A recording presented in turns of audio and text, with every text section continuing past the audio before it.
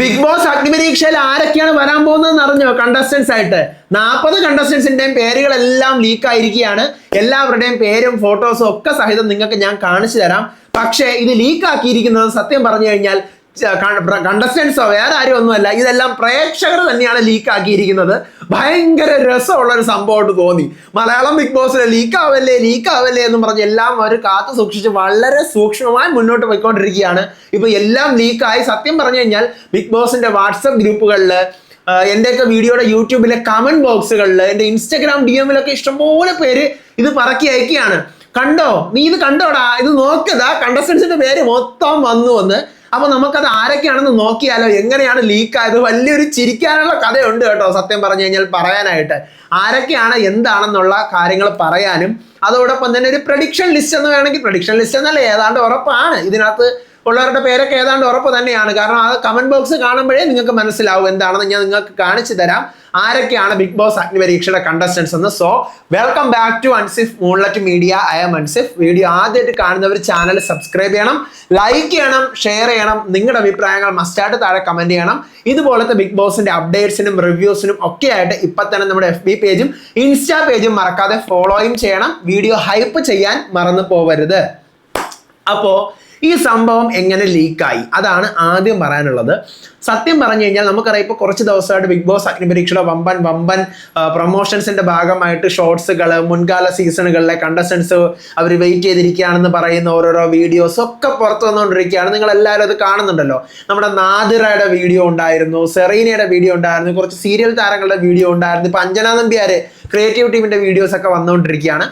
അപ്പോൾ അതിന്റെ കൂട്ടത്തിലായിരുന്നു ഇന്നലെ നമ്മുടെ കണ്ടസ്റ്റൻസിന്റെ മുഖമൊക്കെ ബ്ലർ ചെയ്തുകൊണ്ട് എല്ലാവരും നമ്മൾ അഗ്നിപരീക്ഷയ്ക്ക് റെഡിയാണ്, ഹായ് എന്നൊക്കെ പറഞ്ഞ് നിൽക്കുന്ന ഒരു ഷോർട്സ് എന്ത് ചെയ്തത്, നമ്മുടെ ചാനൽ തന്നെ ഒഫീഷ്യലി പുറത്തു വിട്ടത്. ഇതിന്റെ ഇൻസ്റ്റഗ്രാം കമന്റ് ബോക്സിലാണ് കണ്ടസ്റ്റൻസിന്റെ പേരുള്ളത്. ആരാ എവിടെയാ എങ്ങനെയെന്നൊന്നും അറിയത്തില്ല, പക്ഷേ ഇതിനകത്ത് കറക്റ്റ് ആയിട്ട് മെൻഷൻ ചെയ്ത് വിടുന്നുണ്ട്. അപ്പൊ നമുക്ക് തോന്നുന്നത് വെറുതെ ആരെങ്കിലും ചുമ്മാ തള്ളുന്നതാണെന്ന് തോന്നും. ആ കമന്റ് ബോക്സ് എടുത്ത് നിങ്ങൾ നോക്കണം.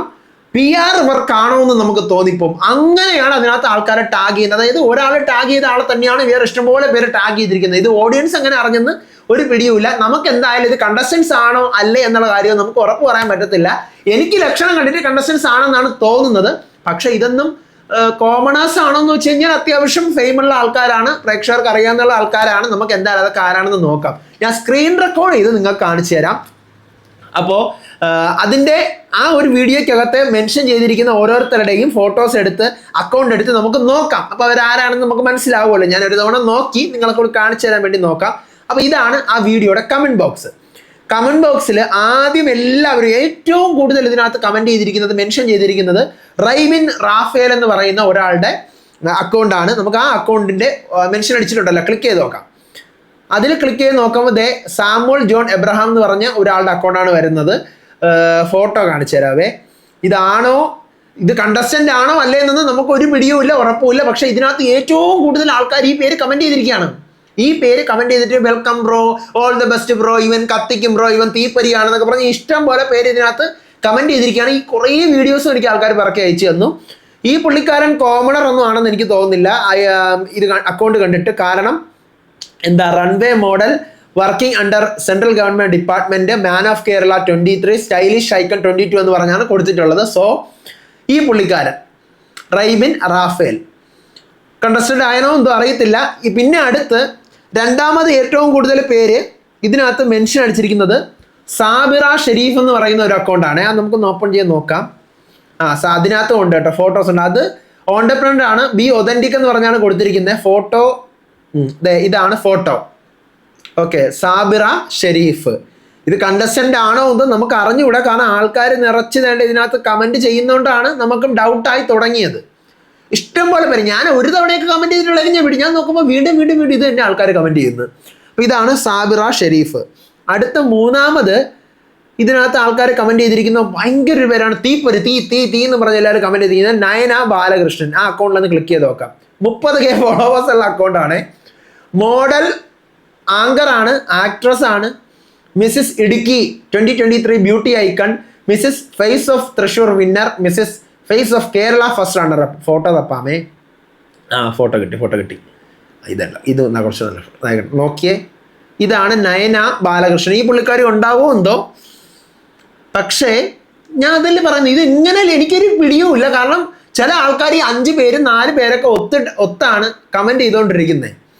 ഓക്കെ, അടുത്ത് പിന്നെ എല്ലാവരും കമൻറ്റ് ചെയ്യുന്ന മറ്റൊരു പേര് എവിടെയാ? റാഷ പാലത്തിങ്കൾ. അതൊന്ന് ക്ലിക്ക് ചെയ്ത് നോക്കാമേ. റാഷ പാലത്തിങ്കൾ.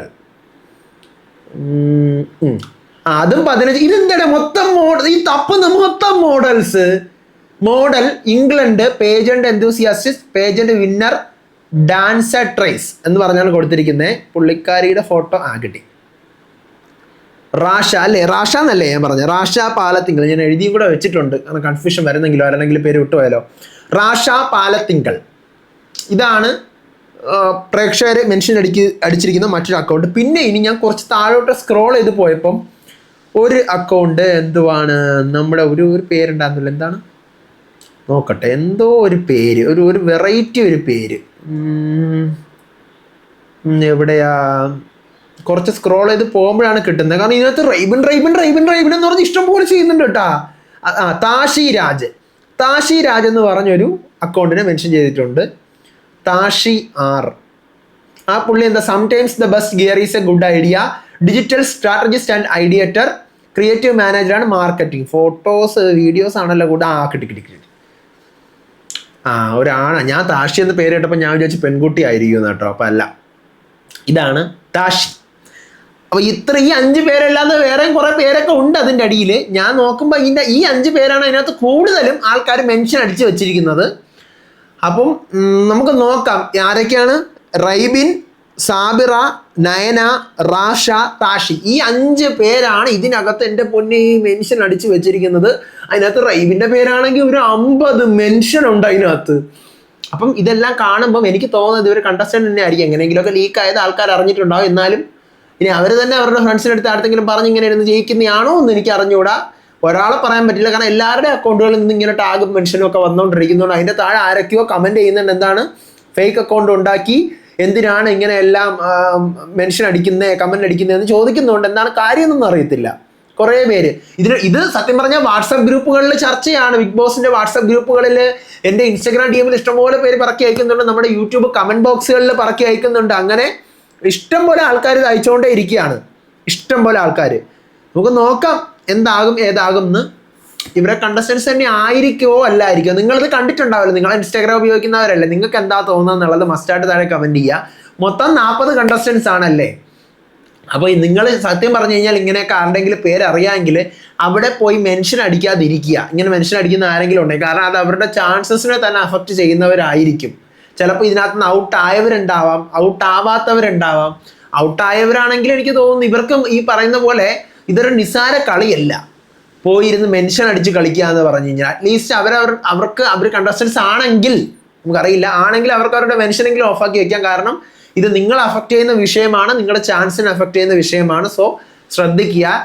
ഇനി ഇതിനകത്ത് കുറേ പേരുകളുണ്ട്. അതൊന്നും എനിക്ക് തോന്നുന്നില്ല. എനിക്ക് ഏറ്റവും കൂടുതൽ സാധ്യത തോന്നുന്നത് ഇത്രയും ഇവർ ഫോളോവേഴ്സ് അത്യാവശ്യം നല്ലപോലെ ഉള്ളവരാണ്. അപ്പോൾ ഇവരെ ചുമ്മാ ഇരുന്ന് മെൻഷൻ അടിക്കേണ്ട കാര്യമില്ലല്ലോ.